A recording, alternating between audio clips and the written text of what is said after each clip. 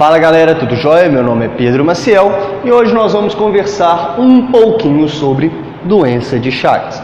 Bom, a doença de Chagas foi descoberta por Carlos Chagas em 1909, um médico brasileiro que descobriu e descreveu a doença e que acredita-se que ele não ganhou um Nobel de Medicina por uma sabotagem dos próprios colegas brasileiros da época, médicos também.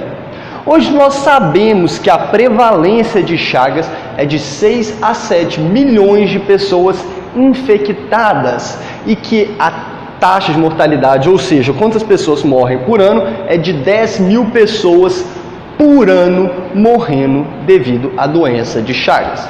A doença de Chagas ela é causada, ou seja, o agente etiológico da doença de Chagas é o protozoário Trypanosoma cruzi. Esse protozoário necessita de um vetor, ou seja, ele necessita de alguém para fazer com que leve ele até o hospedeiro dele, que é o homem no caso. Mas qual que é esse vetor? Quem leva essa doença? Quem carrega o Trypanosoma cruzi? É o barbeiro ou o triatomínio hematófago. Bom, nós conseguimos pensar que se o Trypanosoma cruzi precisa do barbeiro para conseguir infectar alguém, o Trypanosoma cruzi, ou seja, a doença de Chagas, está diretamente relacionada com a área do barbeiro, onde tem o barbeiro que carrega Chagas. Bom, nós temos o Rhodinus prolixus, que é um tipo de barbeiro. Ele afeta a América Central e o norte da América do Sul. Nós temos o Panstrongelus megistros, que afeta uma região do nordeste do Brasil e uma parte da região centro-oeste. Nós temos o Triatoma infestans, que afeta o Chile, a Argentina, alguns outros países da América do Sul, porém ele afeta o norte da região centro-oeste e afeta também o norte da região sudeste. De qualquer forma, como esses barbeiros vão fazer para transmitir o Trypanosoma cruzi para as pessoas? Aqui a gente tem esse menininho, olha que bonitinho, ele está dormindo. Ele está dormindo numa casinha de sapê, uma casinha que tem baixas condições, uma casinha que não é boa. Esse menino tem uma baixa condição de moradia. E adivinha só, esse barbeiro adora ficar dentro da parede da casinha de sapê. E ele fica lá dormindo durante o dia. Só que aí quando o menininho dorme, quando ele está dormindo, o barbeiro sai para caçada. Ele vai caçar, adivinha só, esse menininho, coitado. Ele vai vir aqui, vai pousar no rosto do menininho e vai picar o menininho. Uma vez que ele pica o menino, ele suga o sangue do menino. Quando ele suga o sangue do menino, o sangue vem aqui e vai para o trato digestório dele. Porém, quando ele vai no trato digestório, ele encontra uma coisa que já tinha lá. Ele encontra o Trypanosoma cruzi. O Trypanosoma cruzi na forma epimastigota. Mastigota significa flagelo e epi significa perto. Perto do núcleo, para falar a verdade. Então é um flagelo perto do núcleo. E essa forma epimastigota já está se dividindo binariamente, já está se multiplicando dentro da barriga do barbeiro. Só que o que acontece? Quando ele suga o sangue, o que estava dentro da barriga dele sai e o barbeiro faz um cocôzinho na sua pele. E o que acontece? Bom, esse cocôzinho, para você ser infectado pelo Trypanosoma cruzi, precisa entrar dentro da sua pele. Mas quem coloca o cocô dentro da sua pele normalmente é o próprio paciente. O que acontece? O barbeiro vai lá e pica. Ele voa e essa região aqui começa a coçar. Aqui que o paciente faz, ele pega e coça o cocôzinho aqui para a região onde foi picada, para a região onde tem dano endotelial, fazendo com que o cocôzinho consiga entrar na nossa pele. E junto com esse cocôzinho vem as formas epimastigotas, que na verdade já se diferenciaram em formas tripomastigotas. Tripomastigota significa flagelo que penetra. Então, para ele penetrar, ele precisa ter uma alta motilidade. O que significa isso? Significa que ele tem que bater muito. E para ele bater muito, ele precisa ter muita energia. Para isso, ele precisa ter muita mitocôndria. a forma tripla mastigota é rica em mitocôndria, beleza? Mas uma vez que ele penetrou, ele conseguiu penetrar, ele encontra com algumas células nossas células de defesa. Por exemplo, os nossos macrófagos. E o que esses macrófagos vão fazer? Eles vão comer a forma tripla mastigota do Trypanosoma cruzi. E uma vez que eles comem essa forma tripla mastigota do Trypanosoma cruzi, eles começam a liberar citocinas, citocinas que vão atrair mais macrófagos para a região por meio de quimiotaxia positiva, que é basicamente a atração de outras células de defesa para a região. Porém, isso vai provocar uma inflamação no local. E adivinha só, essa inflamação vai ficar edemaciada, vai ficar um pedaço, assim, vai ficar uma protrusão para fora da sua pele, vai ficar grande, vai ficar um edema. É isso que significa. Só que esse edema, no caso da doença de Chagas, vai chamar chagoma. E se ele for no olho do paciente, nós teremos o sinal de Romanin, descoberto por Cecílio Félix Romana. Os médicos adoram dar o nome deles para a doença. Legal. E aqui a gente consegue ver esse menininho, coitado. Ele não está tão evidente o sinal de Romanin dele. Mas aqui vocês conseguem ver que o olho direito dele está mais inchado. Esse é o sinal de Romanin. Beleza. De qualquer forma, uma vez que nossos macrófagos fagocitaram a forma triplo mastigota, vocês devem estar imaginando, eles vão dar um jeito nessa forma. Mas não. O Trypanosoma cruzi é um protozoário bem esperto. O que ele faz? Quando o macrófago come ele e coloca ele dentro de um fagossomo, vai juntar ele com um lisossomo. Só que quando ele é juntado, ele se transforma numa forma amastigota, basicamente sem flagelo, e é uma forma resistente ao pH ácido e às enzimas hidrolíticas do lisossomo. E assim ele consegue sobreviver ao macrófago. E adivinha só, ele vai começar a se reproduzir dentro do macrófago. E a gente consegue ver isso aqui. Olha só, esse aqui é basicamente o macrófago, aqui está o núcleo do macrófago, e aqui nós temos um vacúolo contendo uma forma amastigota do Trypanosoma cruzi. Aqui nós temos outras duas formas amastigotas que podem já estar se dividindo por divisão binária, e aqui nós temos outra forma amastigota dentro de um vacúolo. Bom, de qualquer forma, essas formas amastigotas vão se dividir, o macrófago vai engordando, de repente ele sofre lise, e ele acaba liberando essas formas amastigotas que vão se diferenciar já em tripomastigotas na nossa circulação sanguínea. Bom, elas têm dois caminhos, essas formas tripomastigotas. Elas podem infectar outros macrófagos, elas podem vir para tecido, gerar a fase crônica da doença, que a gente vai falar daqui a pouco, ou elas podem vir para outros barbeiros, completando o ciclo da doença, fazendo com que esses barbeiros consigam contaminar outras pessoas. Isso que a gente falou é caracterizado pela fase aguda da doença e ela dura em torno de 2 semanas. Beleza, o que acontece se essa forma tripomastigota vier invadir outros tecidos? Aí a gente vai ter a fase crônica da doença, que ela pode ter duração de décadas, de 10, 20, 30, 40 anos. E elas são basicamente divididas em 3 formas da doença na fase crônica: a forma indeterminada, a forma digestiva e a forma cardíaca. Só que vale ressaltar que nessas 3 formas a gente basicamente não tem parasita no sangue, que a palavra bonita para isso é parasitemia. Basicamente não tem parasita. O que vai realmente causar o dano é uma reação cruzada de anticorpos. São nossos próprios anticorpos que vão causar o dano muitas vezes aos tecidos. Legal.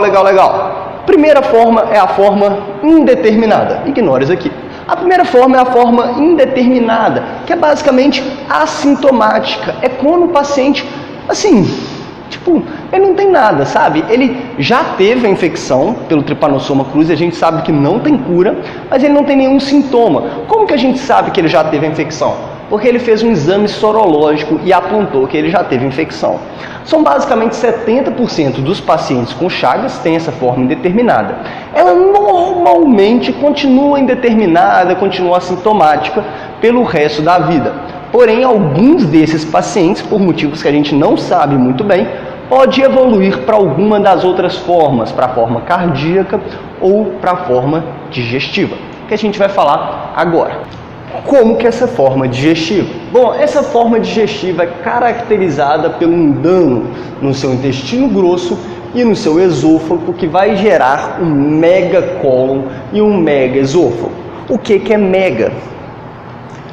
Mega é basicamente uma dilatação permanente de estruturas ou órgãos ocos cuja lesão principal é do sistema nervoso autônomo. O que isso quer dizer? Significa que um órgão que tem o sistema nervoso dele ou simpático ou parasimpático afetado vai sofrer dilatação permanente, ou seja, vai ficar permanentemente dilatado pela essa lesão do sistema nervoso autônomo. Mas antes de falar pouco mais sobre isso, nós vamos discutir bem pouquinho sobre a histologia do nosso tubo digestório. Bom, aqui nós temos o mesentério, que traz tanto nossas fibras do sistema nervoso simpático quanto do parasimpático. Nós temos também no mesentério as veias abdominais e as artérias do sistema digestório. De qualquer forma, circulando o nosso tubo digestório, nós temos tecido epitelial e tecido conjuntivo mais internamente. Mais internamente ainda, nós temos a camada muscular longitudinal e a camada muscular circular. Um pouco mais interno, nós temos a submucosa. A submucosa, que é constituída por glândulas da submucosa, tecido conjuntivo, e a mucosa, que é constituída pela camada muscular da mucosa, por células epiteliais e por tecido linfático. Mas o que vale mesmo a gente falar é que entre a camada muscular longitudinal e a camada muscular circular, nós temos o que nós conhecemos como plexo mioentérico. E logo abaixo da camada circular, nós temos o plexo submucoso, que adivinha só, fica na sua submucosa.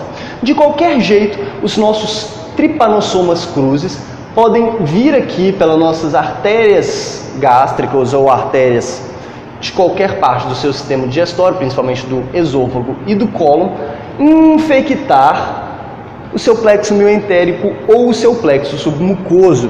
E uma vez que eles infectam esses plexos, eles vão começar a causar uma inflamação na região. Essa inflamação na região vai ser mantida mesmo após acabar o trypanosoma cruzi. Por quê? Muitas vezes as suas próprias células de defesa começam a montar uma resposta humoral, ou seja, uma resposta de anticorpos contra o seu sistema nervoso autônomo desses órgãos. E o que isso vai acontecer? Se tiver uma degeneração do nosso plexo entérico, vai gerar uma diminuição da contratura da nossa musculatura. Além disso, as formas tripomastigotas também podem infectar a nossa musculatura longitudinal e a nossa muscular circular, dificultando os movimentos peristálticos do órgão. Então, isso tudo foi para falar que o trypanosoma cruzi, uma vez que ele entra no nosso tubo digestório, ele vai infectar tanto o nosso sistema nervoso autônomo quanto as nossas células musculares, dificultando os movimentos peristálticos e podendo causar fibrose. Por quê? Porque inflamação pode ter morte tecidual pode evoluir para uma fibrose. E quais são as complicações dessa forma digestiva? Bom, nós temos ganglionite, que é uma inflamação dos seus gânglios. Gânglios são corpos de neurônio fora do sistema nervoso central. Adivinha só, no seu plexo mioentérico, no seu plexo submucoso tem gânglio, e esses gânglios vão estar sendo atacados, gerando uma inflamação deles, uma ganglionite. Uma periganglionite, porque também pode ser atacado as células musculares que estão perto dele, levando uma periganglionite. Além disso, pode ter miosite, que é uma inflamação das suas fibras musculares. A gente já falou que elas também estão sendo atacadas. E fibrose pela morte delas, se ocorrer. Vale ressaltar que na mucosa a gente tem uma hipotrofia da mucosa, uma diminuição de pregas e uma ulceração. Pode ser resultado de uma diminuição da estimulação da mucosa pelos plexos mioentéricos. Na macroscopia, essa mucosa seria da macroscopia também, mas na macroscopia nós temos o mega e podemos ter o dólico. O que é o dólico? O dólico é uma dilatação da luz e do comprimento do órgão. Legal? E a parede do órgão ela pode estar mais espessa ou menos espessa. Ela pode estar mais ou menos espessa pela fibrose morte do tecido. Legal. E como que é o megaesôfago? Bom, o megaesôfago ele é bem característico. O que acontece? O nosso trypanosoma cruzi e os nossos anticorpos vão atacar principalmente o esfíncter esofágico inferior, fazendo ele ficar hipertônico. Ele vai contrair demais, o que a gente vai chamar de acalasia. E o que vai acontecer? Se o seu esfíncter esofágico inferior está contraindo muito, não vai conseguir passar alimento sólido aqui para o seu estômago. E se ele contrair mais? Se ele contrair mais, a gente começa a não conseguir passar nem coisa pastosa para o estômago, nem alimento pastoso. E aí, se a gente tem isso, o grau 2 e o grau 3, que não passa nem coisa pastosa, nem alimentos pastosos, a gente vai começar a ter dilatação também do órgão. No caso do esôfago, porque ele está ficando cheio de alimento. E o grau 4? O grau 4 a gente já tem dólico do megaesôfago. Bom, nós temos um esôfago dilatado e todo contorcido, como vocês podem ver. E o paciente, nesse caso, já está tão hipertrófico, o esfíncter esofágico inferior dele, que ele tem disfagia até para alimentos líquidos, E quais são as manifestações clínicas desse paciente? Bom, nós vamos ter uma disfagia progressiva, como nós mesmos já falamos, o esfíncter esofágico dele inferior vai ficando mais hipertônico. Nós vamos ter um emagrecimento, até mesmo pela disfagia. Nós podemos ter uma aspiração pulmonar. Por quê? Porque agora o alimento que está alojado aqui, ele não desce mais para o seu estômago. Adivinha só, ele pode vir para a sua árvore respiratória. Ele pode subir e vir aqui para a sua traqueia, para a sua laringe e vir para a sua árvore respiratória. Odinofagia progressiva. O paciente está com uma esofagite, está inflamado o esôfago dele.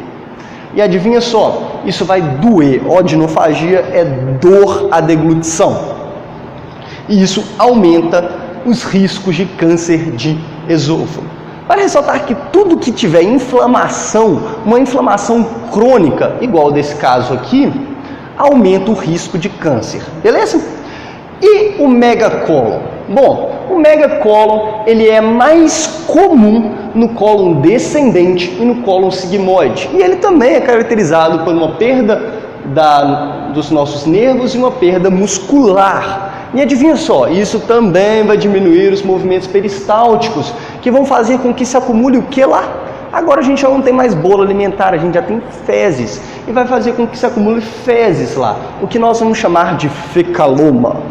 Fecaloma é uma massa palpável de fezes, e você vai conseguir palpar isso durante o seu exame físico, colocando as suas duas mãos, principalmente do lado esquerdo do paciente, fazendo a palpação profunda da região, tentando sentir o intestino grosso. E você vai sentir uma bola lá. Essa bola pode ser o fecaloma. Legal. E o que pode acontecer? Se esse megaesôfago se esse megacólon, evoluir para um dólico, ele pode começar a crescer e ele mesmo se enrolar. Se ele se enrolar, ele pode apertar as artérias do nosso mesocólon. E adivinha só, elas podem sofrer isquemia, elas podem não passar mais sangue delas. E vai fazer o quê? Vai fazer com que não chegue mais sangue no nosso intestino grosso. Se a gente não chega mais sangue no intestino grosso, nós podemos ter um infarto intestinal, basicamente isquemia do nosso intestino. Isso pode evoluir para uma perfuração intestinal. Por quê? Porque agora na parede do nosso intestino está morta, é mais fácil dela romper e evoluir para uma perfuração intestinal. Sair cocô de dentro do intestino para a sua cavidade abdominal não é uma coisa que você quer, legal? Não é uma coisa que você quer mesmo, isso é sério. E vai levar uma sepsemia, provavelmente. As manifestações desse paciente são basicamente constipação intestinal, dificuldade de evacuar. Por quê? Porque ele está sem a muscular e sem a nervosa dele contraindo aqui, fazendo com que expulse o bolo fecal. E fecaloma no exame físico. E como que é esse megaesôfago? Como que a gente vê? Olha o tamanho disso. Isso daqui é um megaesôfago. Tá gigante, legal? É um paciente que morreu, obviamente. E como que a gente faz o diagnóstico de megaesôfago e de megacolon? Bom, o diagnóstico ele é clínico, a gente vai falar um pouco mais sobre ele, mas ele também vai usar muito de dados epidemiológicos da doença. Você pode fazer um estudo contrastado de esôfago. Como que você faz isso? Você pede para o paciente tomar uma solução e radiografa ele. Aqui nós temos um esôfago, grau 1 ou grau 0, não dá para saber muito bem, mas basicamente ele está fininho assim. Aqui nós já temos um esôfago grau 2. Olha como é que esse esfíncter esofágico dele inferior está hipertônico, está apertando aqui e está fazendo com que se acumule alimento no tubo dele. Aqui nós já temos um megaesôfago grau 3. Olha só, não passa praticamente mais nenhum alimento e já está bem apertado, ele já está mais dilatado ainda. Aqui nós temos um grau 4 que já está com essa aparência bem aqui esquisita que a gente tem no raio-x.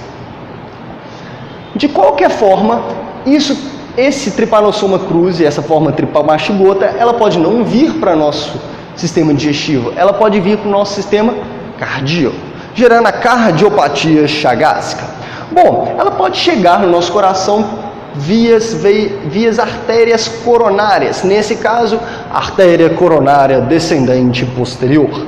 Uma vez que ela chega no nosso coração vias artérias coronárias, ela pode infectar qualquer parte do nosso coração, mas ela vai infectar principalmente o miocárdio. Mas antes de falar como ela infecta o miocárdio, nós temos que falar um pouquinho sobre o miocárdio. Bom, aqui nós temos o perimísio. O perimísio é tecido conjuntivo frouxo que circula o fascículo, que é o conjunto de fibras musculares, e que garante a sustentação deles e a contração de maneira uniforme. Como assim? Bom, aqui nós temos várias células musculares se fixadas nesse ponto e nesse ponto do perimísio, nesse ponto e nesse ponto, nesse ponto e nesse ponto. O que nosso coração faz? Ele faz isso. A gente quer que essas células se contraiam dessa forma. Então elas apoiam aqui, aqui e se contraem para puxar. Beleza, beleza, beleza. E o cardiomiócito, que é a nossa célula cardíaca mesmo? A nossa célula cardíaca é a parte contrátil, como a gente já falou, ela que vai contrair, e ela ocupa 90% do nosso miocárdio. Ou seja, se você tiver uma lâmina histológica de um miocárdio que tem pouco cardiomiócito, você desconfia, porque a chance de ter algum problema é grande. E o endomísio? O endomísio também é tecido conjuntivo frouxo, igual ao perimísio, mas ele vai circular cada cardiomiócito para garantir mais ou menos, ele garante a fixação do cardiomiócito no perimísio. E ele também vai garantir a contração do cardiomiócito de uma maneira regular. Beleza, como que a gente pode avacalhar isso daqui? A gente pode avacalhar isso colocando o Trypanosoma cruzi. O Trypanosoma cruzi que pode infectar as nossas células musculares. Uma vez que ele infecta as células musculares, ele vai se transformar na forma amastigota. Só que essas células musculares não gostaram de ser infectadas não. Sabe o que elas fazem? Elas começam a se liberar algumas citocinas, que chamam macrófagos e neutrófilos para a área.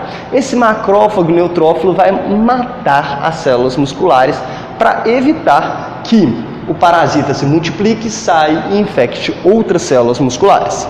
Mas o que acontece? Se tiver muito parasita no coração e matar muita célula cardíaca, o nosso coração pode parar de contrair, gerar uma falência cardíaca aguda. Isso é responsável por 5% das mortes dos pacientes com Chagas. Mas o mais comum não é isso. O mais comum é que as nossas células de defesa consigam combater os cardiomiócitos infectados e fica mais ou menos de boa. Mas o que acontece? Algumas delas pegam esses restos de antígeno dos T. cruzi e vão apresentar lá para os nossos linfócitos para produzir uma resposta humoral, basicamente produção de anticorpo, anti-T. cruzi. E esse anticorpo pode se ligar nos nossos cardiomiócitos. Uma vez que eles se ligam nos nossos cardiomiócitos, eles vão começar a chamar células de defesa, os linfócitos T citotóxicos ou CD8. Esses linfócitos T citotóxicos vão produzir perforinas e granzinas para matar os nossos cardiomiócitos. Só que isso é mais crônico, isso demora. E além disso, ele vai fazer outra coisa no linfócito T citotóxico. E é o que realmente vai causar mais problema na doença de Chagas. Ele vai estimular fibroblastos do coração a produzir colágeno. E adivinha só, o colágeno aqui ele tem um problema. Ele tem um problema grande, porque ele vai aumentar o nosso perimísio. Ele vai criar novos pontos para o perimísio. E adivinha só, antes o nosso coração contraía só dessa forma.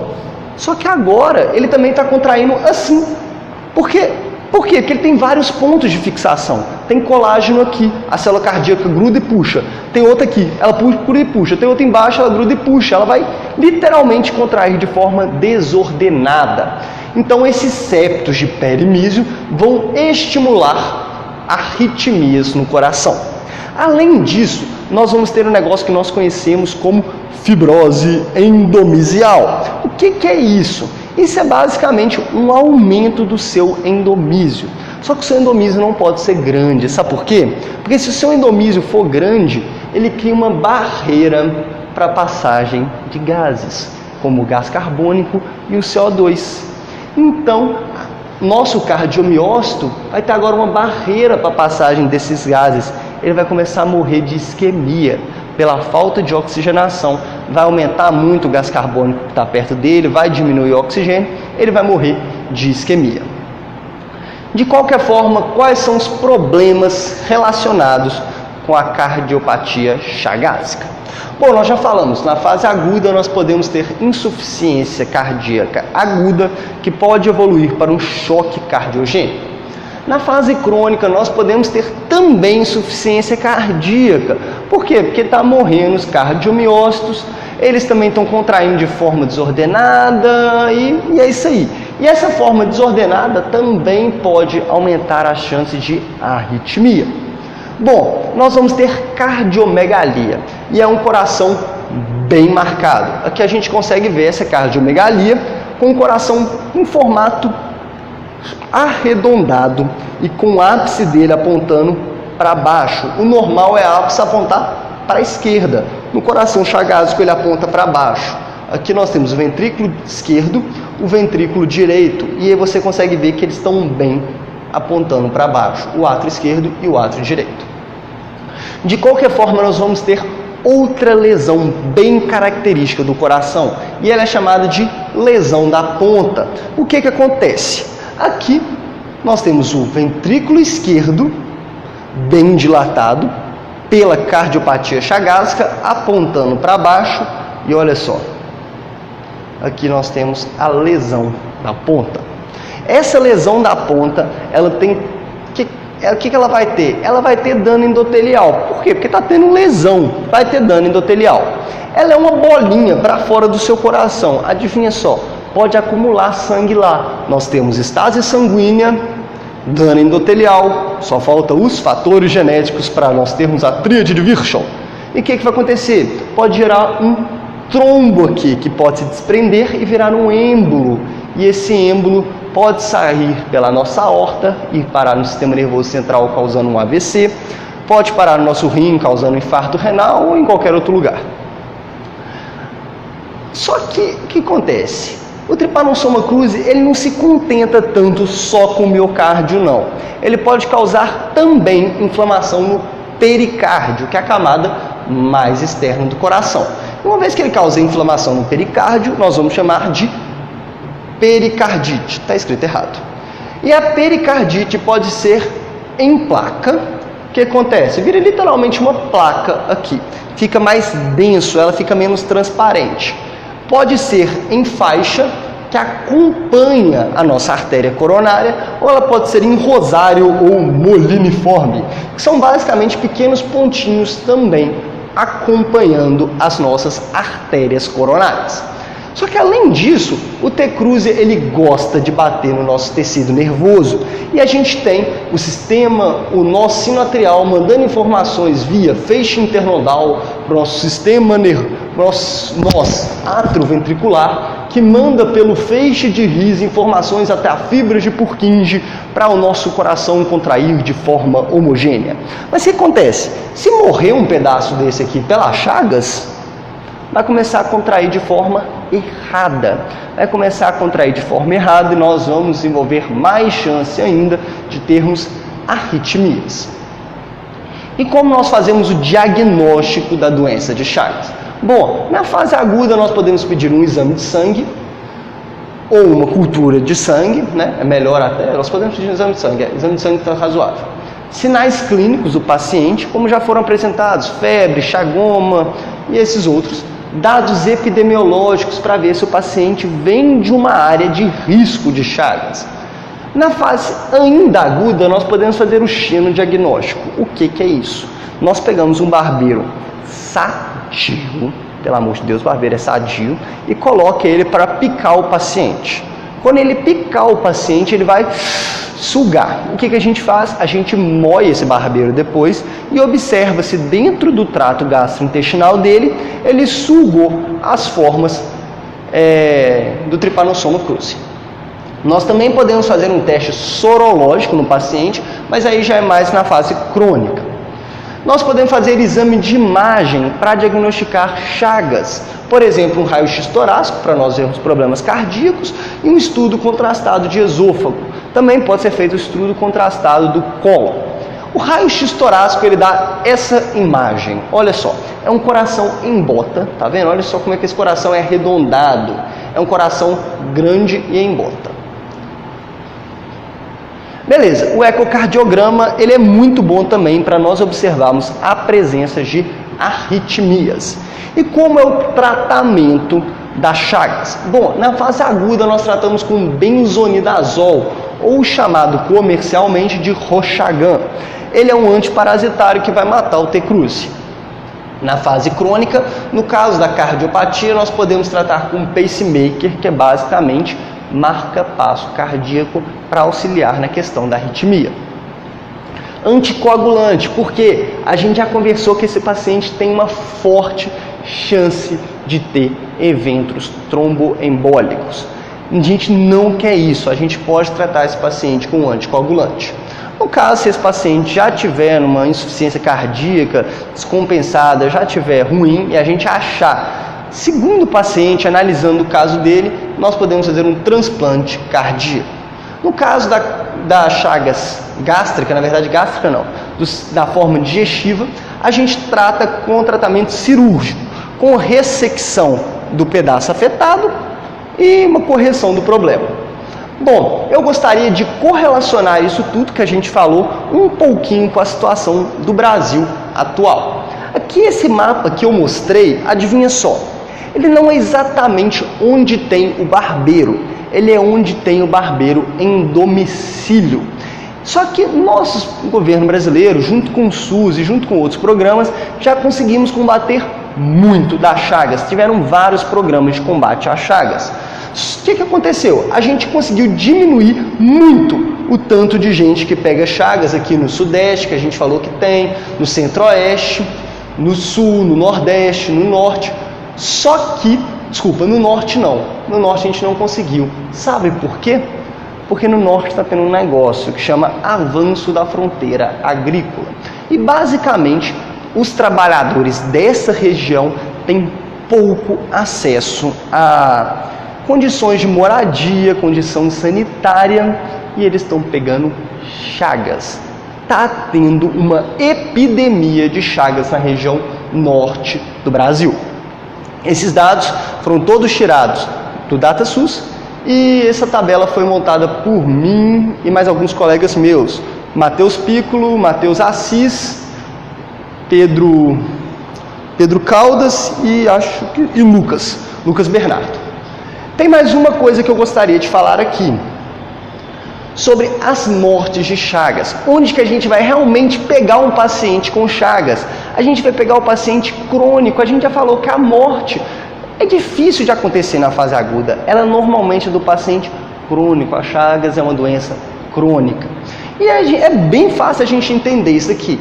A região centro-oeste começou a ter a prevenção de Chagas mais tarde do que a região sudeste e a região nordeste.